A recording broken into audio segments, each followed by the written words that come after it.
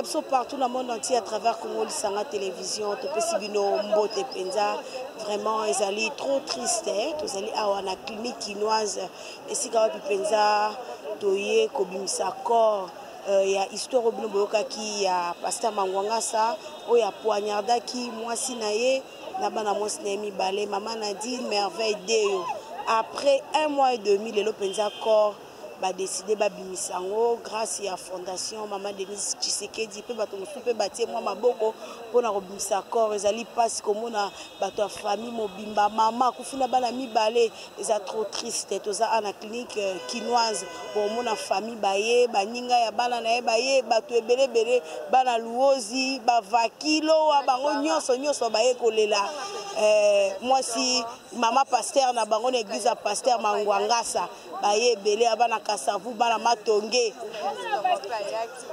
vakilo auti depuis Lubumbashi jani lo abaye kolela mama Nadine Priska ya setongo baye vraiment ba Oulette Joko na France kuna ba Joanie Mongo ba kolela ba Angèle ya indeza triste totiki nombo tala penza ndeni ba obsèque s'est déroulé pe quelques interviews et puis tozongi bongo na sima.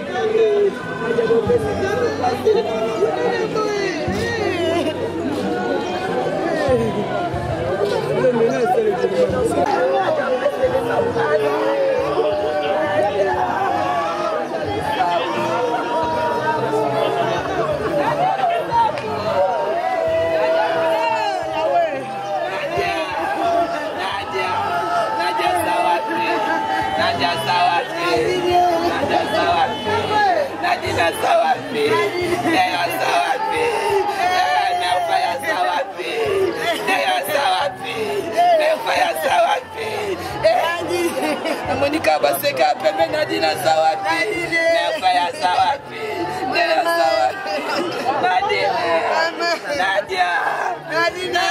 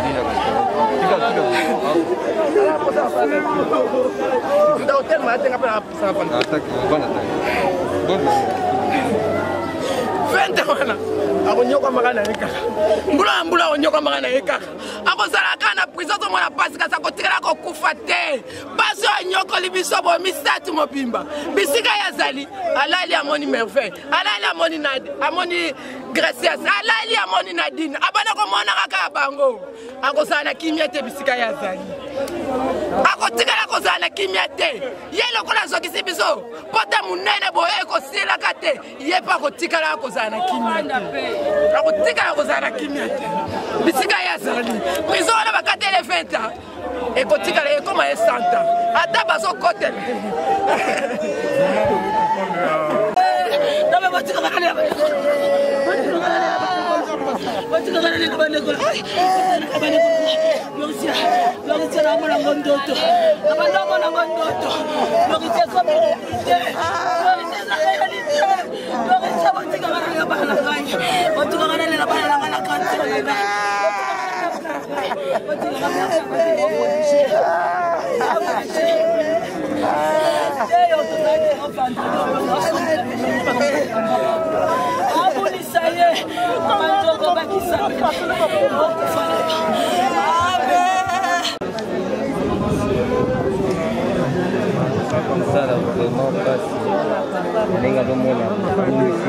Vraiment, c'est moins difficile, mais peut-être avec les temps, sur le Makambo et Sili, on aura peut-être à parler dans le monsieur qui est pour le moment.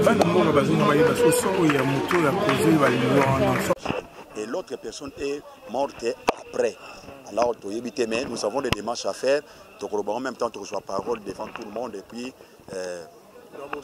Justice vraiment et ça la moussa non parce que tu as dit que monsieur Zara va capter les 20 après quelques semaines à moi bien sûr parce que tout ça n'a état de droit au toujours donc nous voulons voir maintenant cette justice là de l'état de droit agir et faire très bien son boulot donc mais quant à nous bon koki mande ba kimi ala bo shoka kimi bon peut-être na mapata mais shoki na mokilo ya se biso beto zana toko. Alors, tout ce qui est la justice a kangé parce que ce qui a livré hier, c'est-à-dire né au Kangandé Bicho. On a des appels. La justice a sali erreur, on a libéré au Kangandé Bicho na place na hier. La relation makasi vraiment la relation zave. La relation na bango etali bichoté abomi batu. Le chef de l'État lobaki na ba message ne moko bientôt za master nanga. Alors, ce qui est à Zanani, ce qui est à la relation, mais justice ça comme ça. justice ça. Merci vraiment. Merci.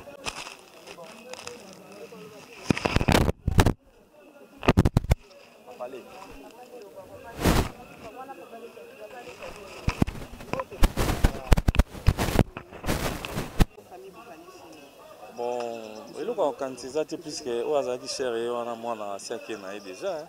Soit calculer ça sous tes bon.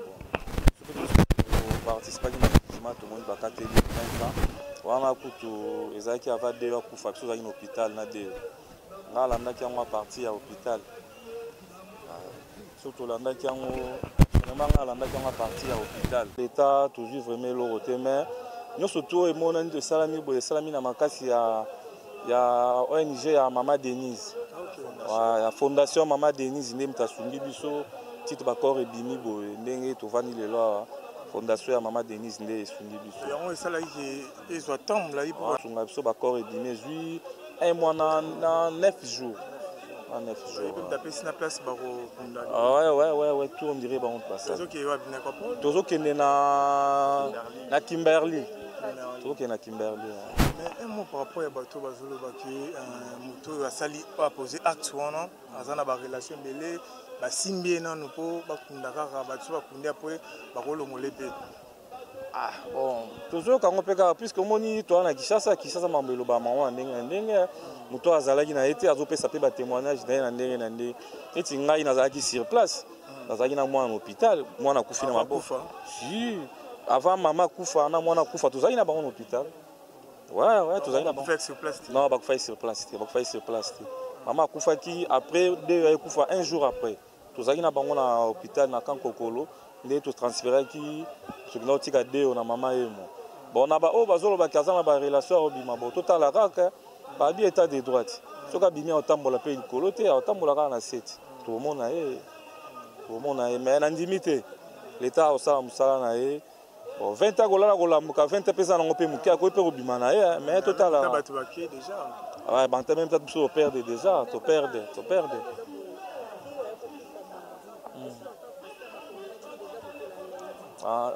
non de akufaki mardi na baappel tozongaki na appel bo tozela tozakozela makambo eleka so makambo eleki après tokoyeba ndenge nini tolandela so bamakambo tozakozela toyaki nani mpo tala kaka bacor déjà mpe ekomi déjà na baétat bien te chaque jour kolandela yango totikaki nao makambo wana lokola basi bakundi j'espère que tokoyeba ndenge nini kaka tolanda makambo mosusu. Non. En principe, il faut babakisa. En principe, il faut babakisa. Ah, pas la peine de mort, ils ont raté. Mais en principe, il faut babakisa. Ah bon, il m'a tout mis ça, tout maman. bakobakisa combien mpona yo batia sous 20 ans sous likolo ça lokola ya basa po kasi akufa ne peka aza mbula boni akufaka asali crime mweke parce que wanganaki na kosamba na ye major mais moko aza survivante aza rescapé azali termine azali c'est beau Dieu vous avez batémoin azali pena azali rescapé azali moto akufaki te azali na mama yemo po batransférer bango nzela mona deo na mama yemo de bakufi atikali abimi déjà hôpital aza na ndako toza na ye mpe awa aza sur place aza awa bolukie bomona ye asala témoignage na ye non de aboti te atiki mwana te atiki mwana te merci un peu on dirait bon nayebi eza ONG na ye moto ezwi ONG na ye fondation nyakero moto ezwi nyonso to na charge fondation ya Mama Denise bango nde baede biso na kobimisa bibembe oyo ntina kokunda donc bango nde bazwi biso en charge pardon à 99% disons bango nde bazwi biso na charge.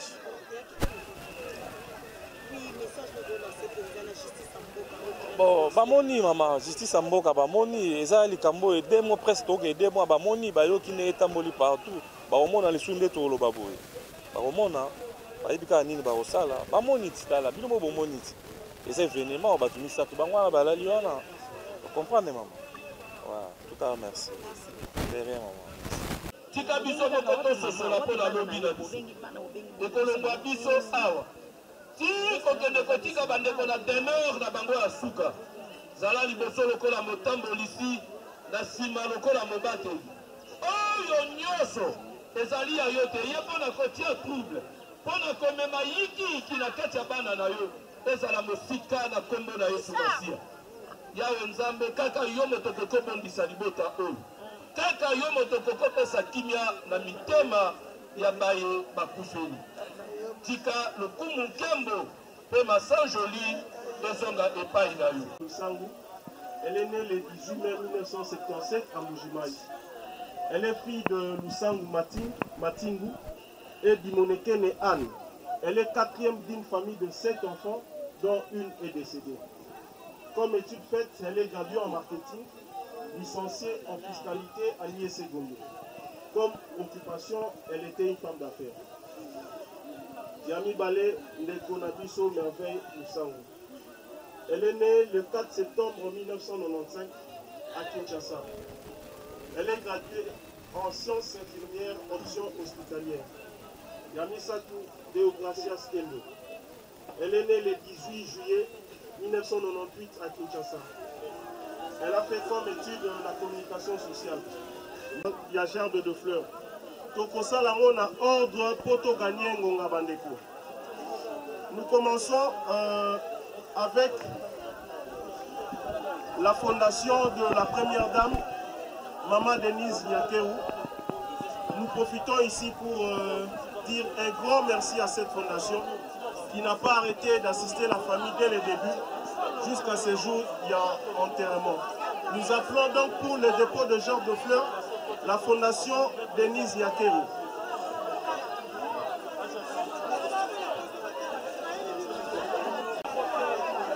La famille Matingu Lusangu.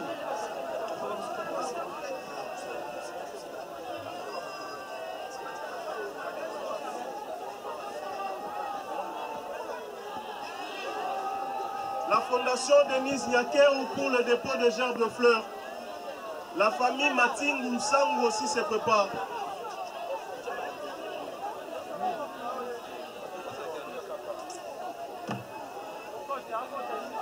Toza na ngonga mingi te bandeko.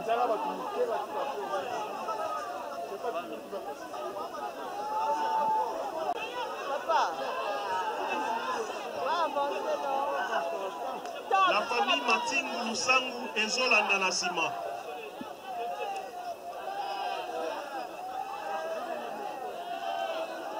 Sima ya famille Matingu Lusangu, les amis de maman Nadine et les amis et les mamans de Benin Cotonou. Ma femme d'affaires, il y a Benin Cotonou, pe bazo bongama. Na baninga ya maman Nadine.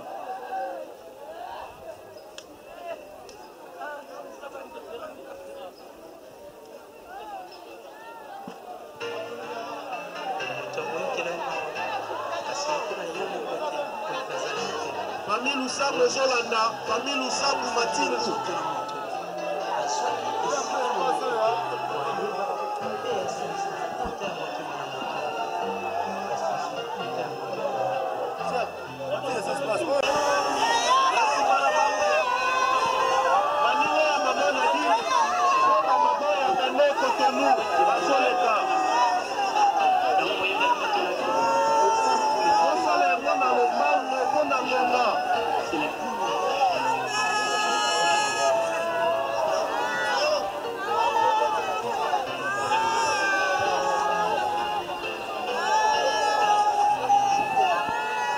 Les amis de Merveille, on va prendre un dépôt de fleurs.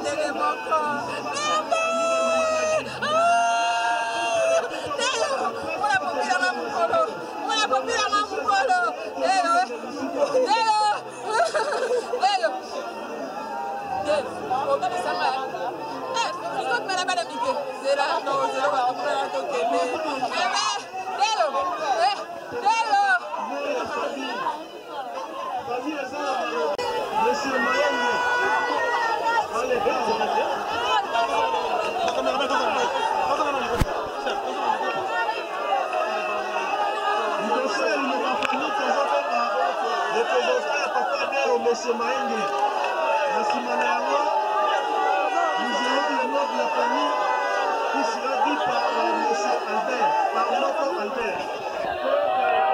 Papa de Monsieur Maïngue.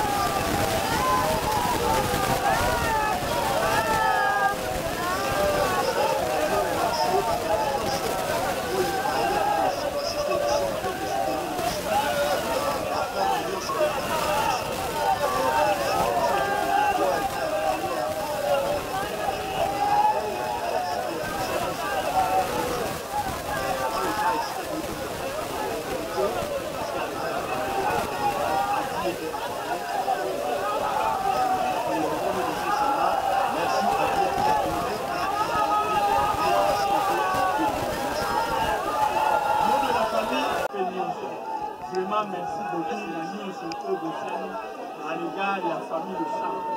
La tango le faisant de la force pour famille. Après, si monsieur Nakimeli d'être aux zones là, aux lieu la famille, la Matema. Merci. Le vœu du corps est au Salama.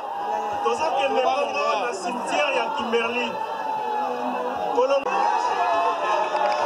Merci, merci.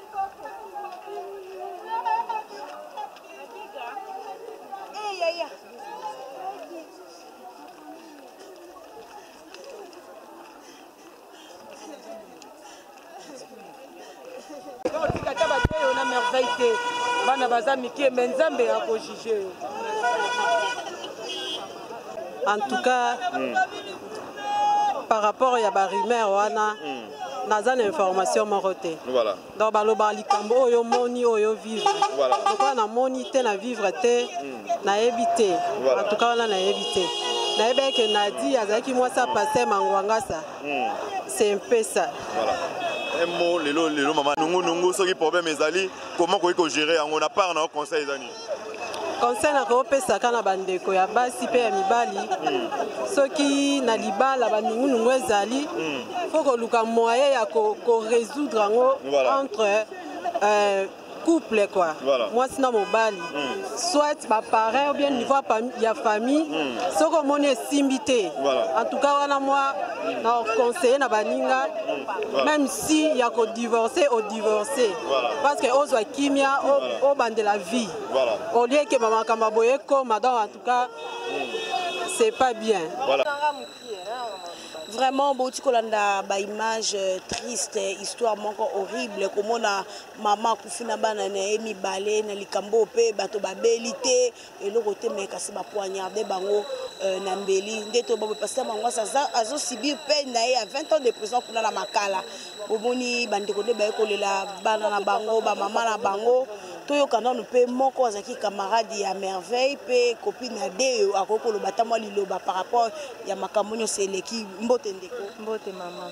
Oui, enfin 1 mois et demi et bembe bimi lelo okolo bani penza na histoire moko tragique ya pasi pasteur abumi mwasi na bana neni balé mais kana okolo bakisa eza vraiment pasi ko bungisa bato misatu na famille maman na bana batiki pe ata bana na bango te opesa vraiment pasi mingi eza likambo moko eko pesa mitema pasi. Vraiment si ko ba condamné déjà pasteur 20 ans na simade ayo ko kufa ba ko bakise sous 40 ans effectivement faut ba bakisa peine na ye po ba condamné ki wana ezalaki ya maman Nadina merveille wazaki muninga na ngai donc lelo batika ki biso lelo neto ko kunda bango donc eza pasi mingi mais pour na grâce spenda kufi esengi famille susu babi posi na bango eza appel un appel donc ba kolandela ka oyo soki justice etiki mais justice azambe pe ezali. Oui, bon mon bazali vraiment très émotionné kolela penza histoire a pas si a poignarda ki 4 personnes bomoni la rescapé maman Hermine yepe ya biki bomona ki bo l'examen na ba image vraiment ça passe milimo na bango epe makana kimia to komi na suka bonaki so de partout à travers Congo Lisanga to kosenga toujours beau s'abonner massivement beau aimer beau partager ma vidéo na biso vraiment ma condoléances na mon vieux Victor Kapesa depuis Allemagne vraiment il pas kolela elongo na famille mobimba vraiment ba courage na libota mobimba nzamba batela bango ngabno soki nzamba zongi te tokutani na mikolo ezali kuya.